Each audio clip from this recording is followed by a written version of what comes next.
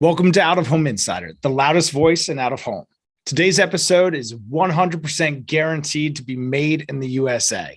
We're joined by Don Rongione, CEO of Bollman Hats, America's oldest hat maker, and founder of American Made Matters, an organization that promotes the economic, environmental, and social impact of buying products made in the USA. We'll talk about the legacy of being one of America's oldest brands, how the landscape has changed over the years, and what the opportunities are ahead for brands that truly define their mission. We talk about American Made Matters and the impact that the organization is having across the country by promoting the value of made in the USA. Ultimately, this episode is about democratization, and that's exactly what we're doing at onescreen.ai. Visit onescreen.ai and check out our learning center for case studies, ebooks, and a ton of great insight on how brands are unlocking new growth from old channels. And check out AmericanMadeMatters.com to get involved. There's a button just for media owners about 3/4 of the way down the page, so make sure to check that out too. Without further ado, let's go. Welcome, everybody, to the Out of Home Insider Show, a podcast like no other, hosted by the one and only Tim Rowe. Get ready to have some knowledge dropped on you and to be entertained, because nothing's more valuable than food for your brain. So sit back, relax, we're about to dive in as the best industry podcast is about to begin. Don, thanks so much for being here. Thank you, Tim, for having me. Absolutely. And as a fan of good hats, it's an honor to have you here because Bollman Hat Company it's an iconic American company that goes back 150, 170 years. Is that about right? We're coming on our 154th. So founded in 1868 in an old whiskey distillery that was across the street on Main Street. George Bollman, who was 29 years old, started his hat factory at 29 and grew. Here we are today, 153 plus years later, and a global company.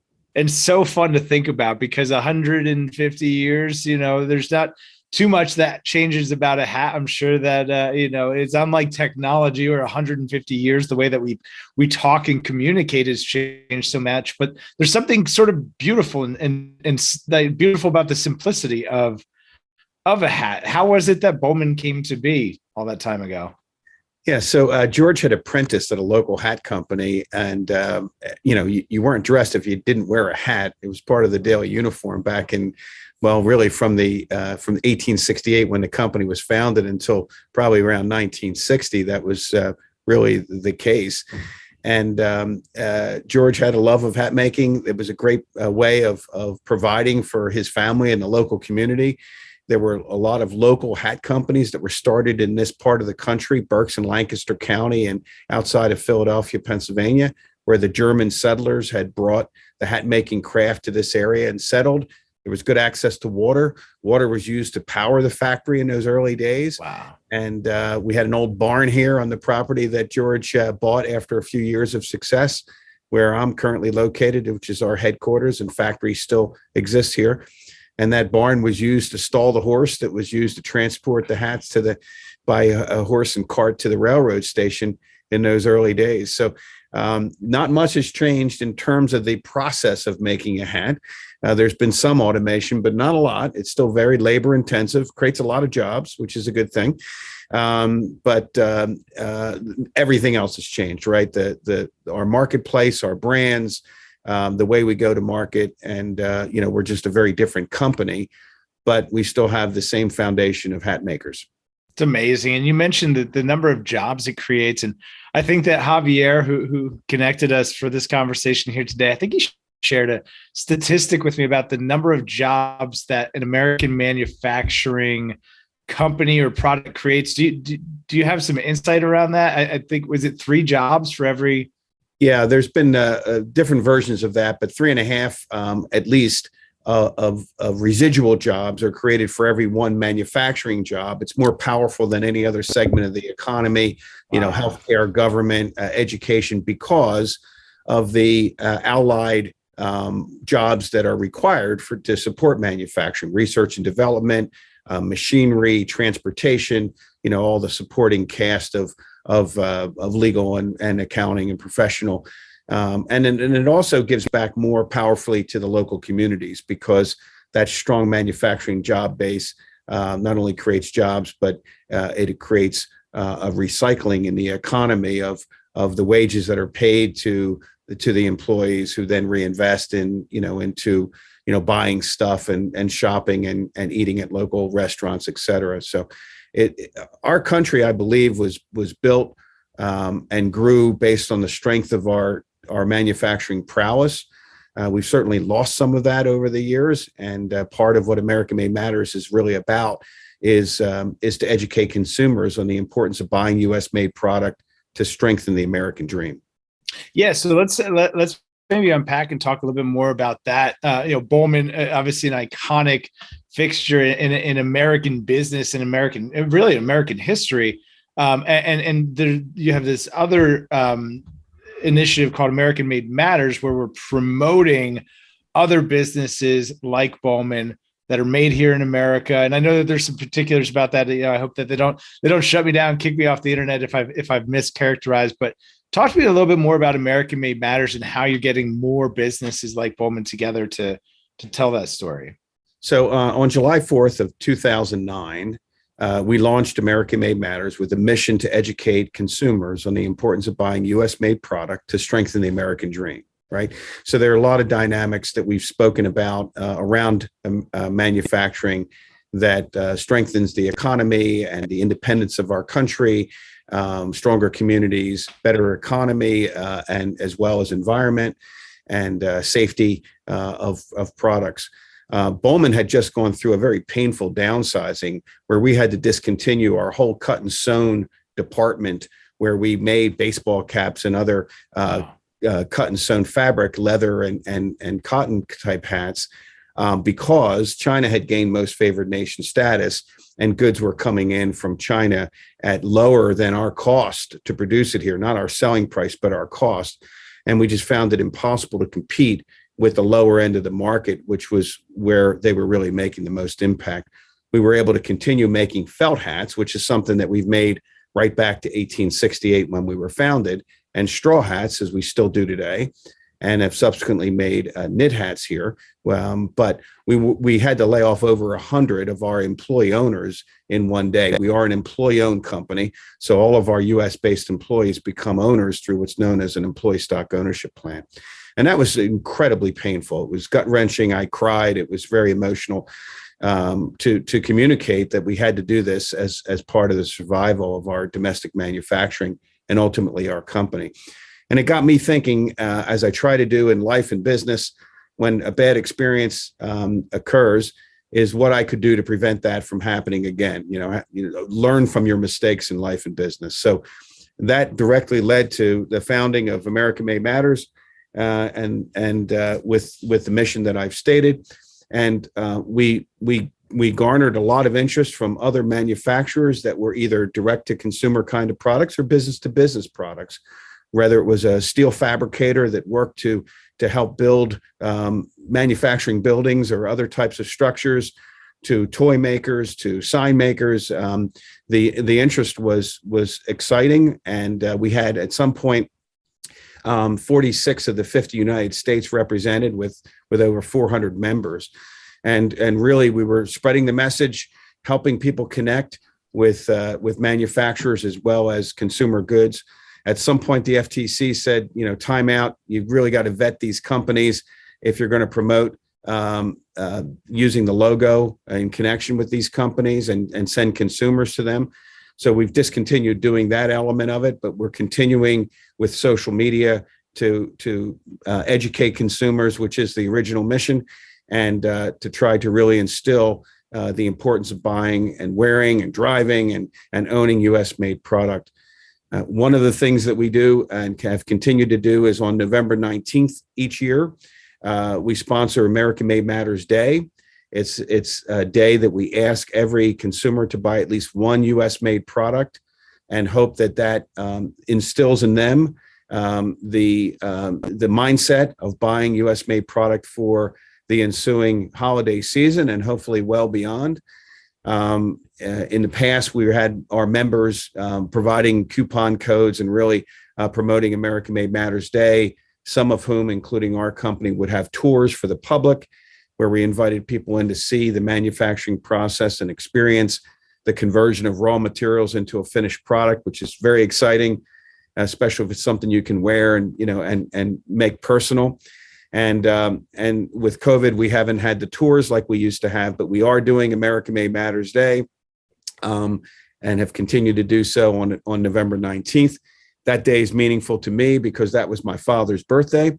When my father returned from World War II, without a high school education, he went to work as a cutter in an overcoat factory in Philadelphia, where he worked for his entire career, cutting fabric and making coats. And he instilled in me and my siblings at an early age the importance of being proud of what you make and buying and supporting American factories and American manufacturing processes.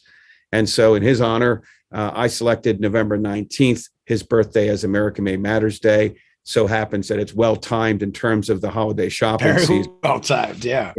So we're hoping that your message with the audience here will get that out there, and everybody will buy at least one made US made product on November 19th. Well, this will definitely be out before then. So if you're listening to it and it's before November 19th, 2021, make sure that you put that in your calendar, November 19th, for this year and for every year going forward. Don, it's AmericanMadeMatters.com, correct? Yep, it is that. And there's a place where you can connect with our organization and support it. You can follow us on social media. You can make contributions to the cause in terms of the messaging. What we can't do, unfortunately, is promote specific brands and products at this point. But the message is clear, that it's important to many elements of our economy, security as a nation, and to create jobs for strengthening local communities. And so I think it's a message that everybody can tap into. It's not a political. We're not relying on the government as the solution.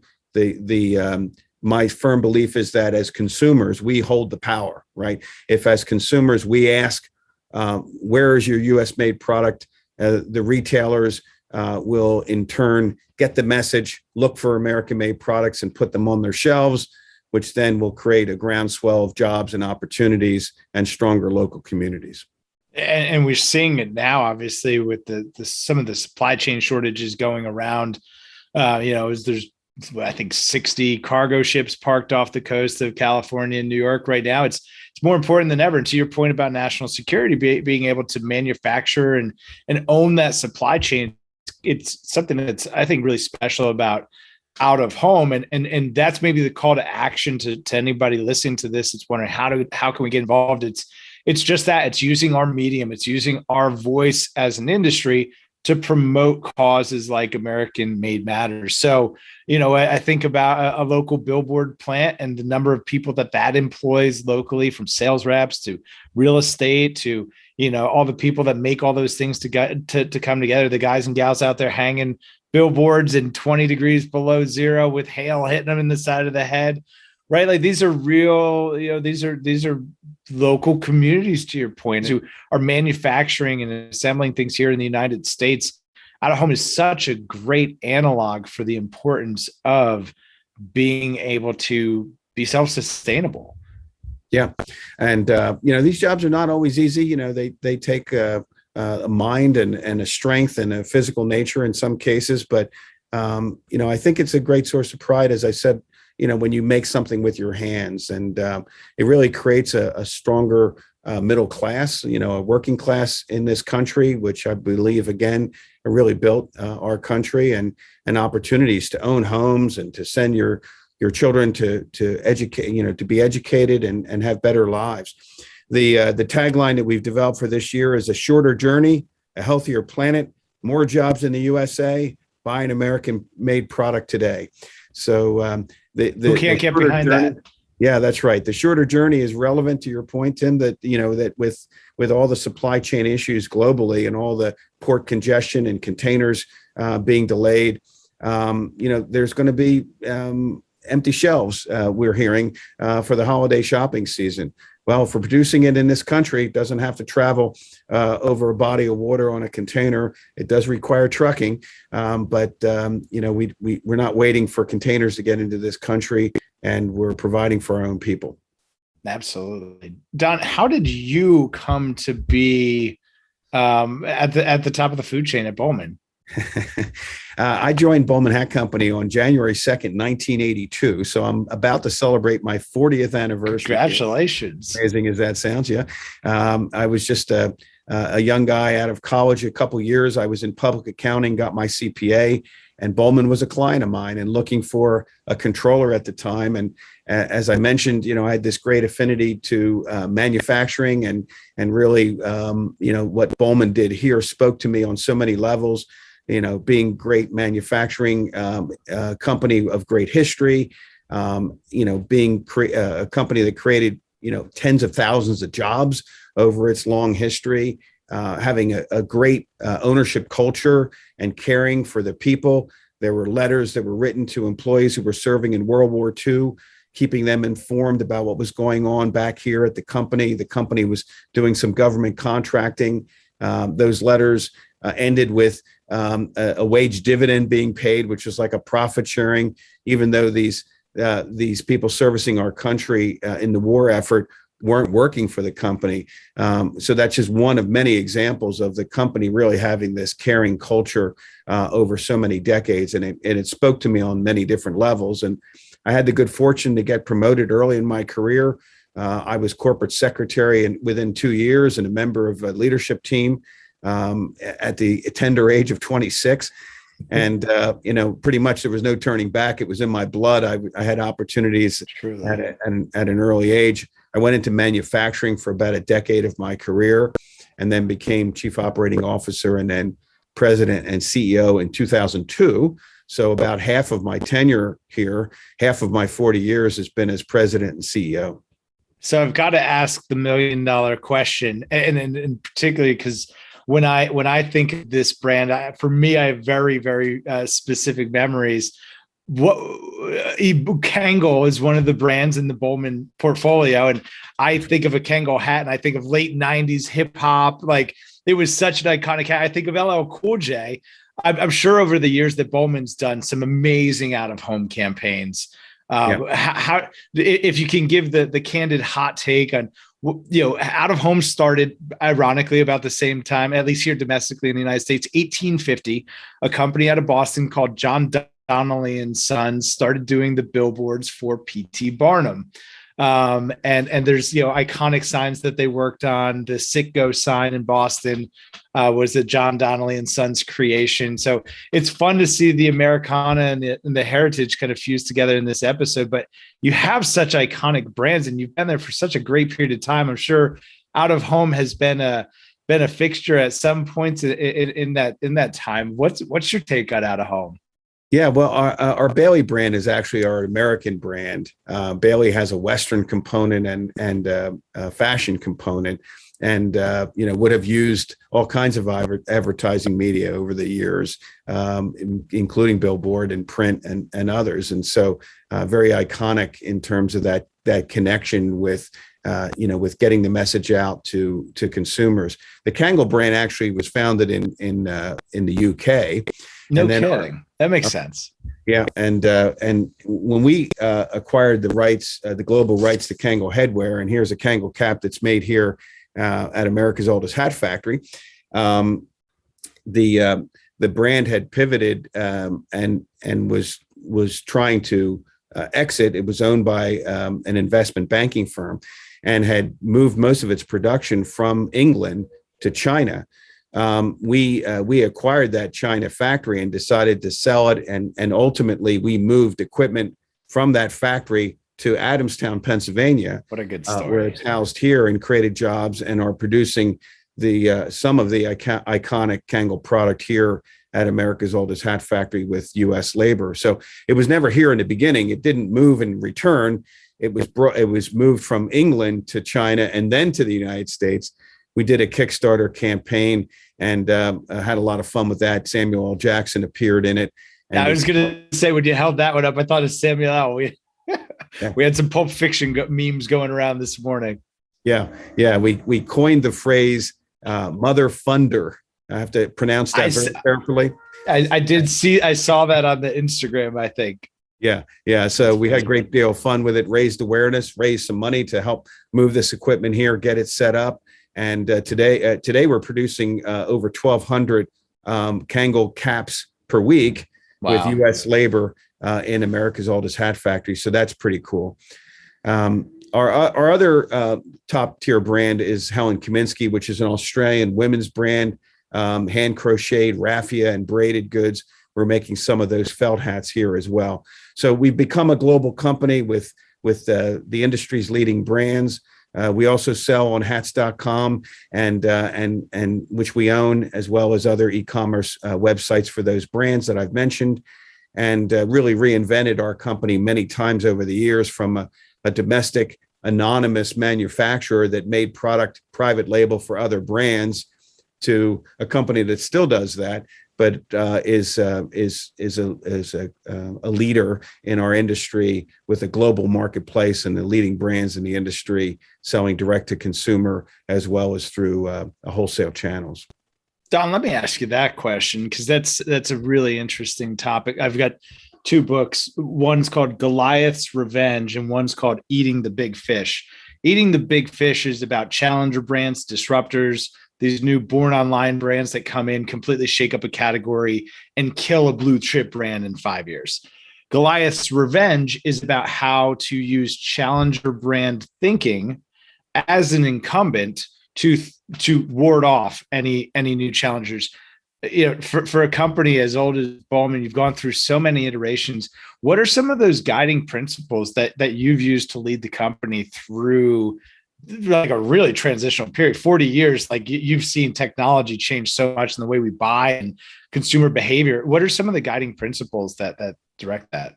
Well, stewardship, I'd say, and that's, the mindset of looking over the assets and the heritage and history of the organization with a mind to the future, and always trying to grow it. Our core values are 5. We are customer driven. We think and act like owners, which goes back to this ownership culture that I've spoken about. We are respectful in all that we do. We strive for excellence in all that we do, and we are team players. So those are our 5 guiding core values that really drive our thinking. We want our people all to embrace those and exhibit those in their daily behavior. Our core purpose is to be the best in the world at designing, marketing, producing, and delivering fashion headwear. And we do so, as I've mentioned, through these top brands. And so that has allowed us to really protect the past, but really think about the future. And when things are changing, like department stores are closing down or malls are closing down, we got to think differently. And how do we continue to grow our business and connect with consumers? Sometimes it's tightening the belt when times are tough, but always thinking about what's next and being innovative with regard to product, as well as how we market and connect with ultimately the consumers and support our retailers in the process. And I think that ownership culture that we created when we formalized the ESOP in 1985, but really existed back to early days of George taking care of local employees in the community, is what has allowed us to survive all these 153 years and really create what we believe is a forever company, right? We don't talk in terms of the next 153 years. We talk in terms of forever. You've certainly withstood the test of time, and wishing you many, many more centuries of infinite time to come. I'd like to get your input on this. The Kangol story is so interesting to me, that UK went to China and you made a serious investment to bring it under the Bollman brand, but then, specifically to bring it back here to the United States. Are there more opportunities like that? Maybe not just in your category, but just at large. Is there an opportunity now for companies to find growth levers by acquiring brands that have maybe been mismanaged or not properly valued as overseas brands, and bring them back? Do you see that? Absolutely, yeah. Especially now more than ever with the global supply chain issues that everyone's facing. Closer proximity to the market really helps to accelerate the ability to respond quickly to changing consumer needs and wants, and making sure that you're responsive without holding huge amounts of inventory that can really kill you if you've guessed wrong. So shortening the supply chain and closer proximity to market. Still, the U.S. is a huge global consumer and lover of brands. So making that connection between the maker and the consumer is important, and that connection helps to build brands as well as stronger business models. Really, when you eliminate all that supply chain cost and time, and really have the right product at the right place, I think now more than ever there's an opportunity for brands and companies to reshore their manufacturing and tell those stories to an audience that will connect with it. I couldn't agree more. It's definitely an exciting time in some of the degradation because of privacy and data laws and online, advertising is certainly changing a lot. And I think that now more than ever, brands need to focus on building brands instead of just getting customers to come to their website and buy stuff. The value of a brand over the next 10 years is going to grow exponentially. And that opportunity that you just talked about is really significant. Yeah, people want to connect with brands on a personal level, right? Well, why does that brand exist, and how does that provide meaning to me as a person? It's part of my, my persona and who I am. And so the brand's got to speak to the audience that it really is trying to connect with, and tell the stories that resonate with that audience, whether it's about sustainability and a better planet and environment, or whether it's about creating jobs, or an attitude and a lifestyle that really connects with that audience. All those things ultimately resonate and help brands to become global and build upon themselves and sustainable. Definitely. Don, take us out. Latitude and longitude. Where can folks find you? Where do they find Bowman? Give us that American Made Matters plug once again. You got to take it to action. November 19th, American Made Matters Day. Give everybody the coordinates. Okay. So AmericanMadeMatters.com as a way to connect with this community. November 19th every year is American Made Matters Day. Buy at least one thing made in the United States, and tell your loved ones and friends to do the same. We created this pyramid with the very bottom of the food chain is the people who don't know, don't look, don't care about where it's made, to the very top of those that will only buy it if it's U.S. made. We'll commend the retailers if they offer U.S. made, and tell them if they don't, I'll buy when you do offer that. Bollman Hat Company is America's oldest hat maker, employee owned. BowmanHats.com is where you can find us. We market on hats.com, as well as our top brands, BaileyHats.com, Kangol.com, and HelenKaminsky.com. We are America's oldest hat maker here in Adamstown, Pennsylvania, since 1868, and have created what we believe is a forever company. Such an incredible story, Don. Thank you so much for sharing all of the history, your personal journey, all of the great work that you're doing with American Made Matters. Really, really appreciate having you here today.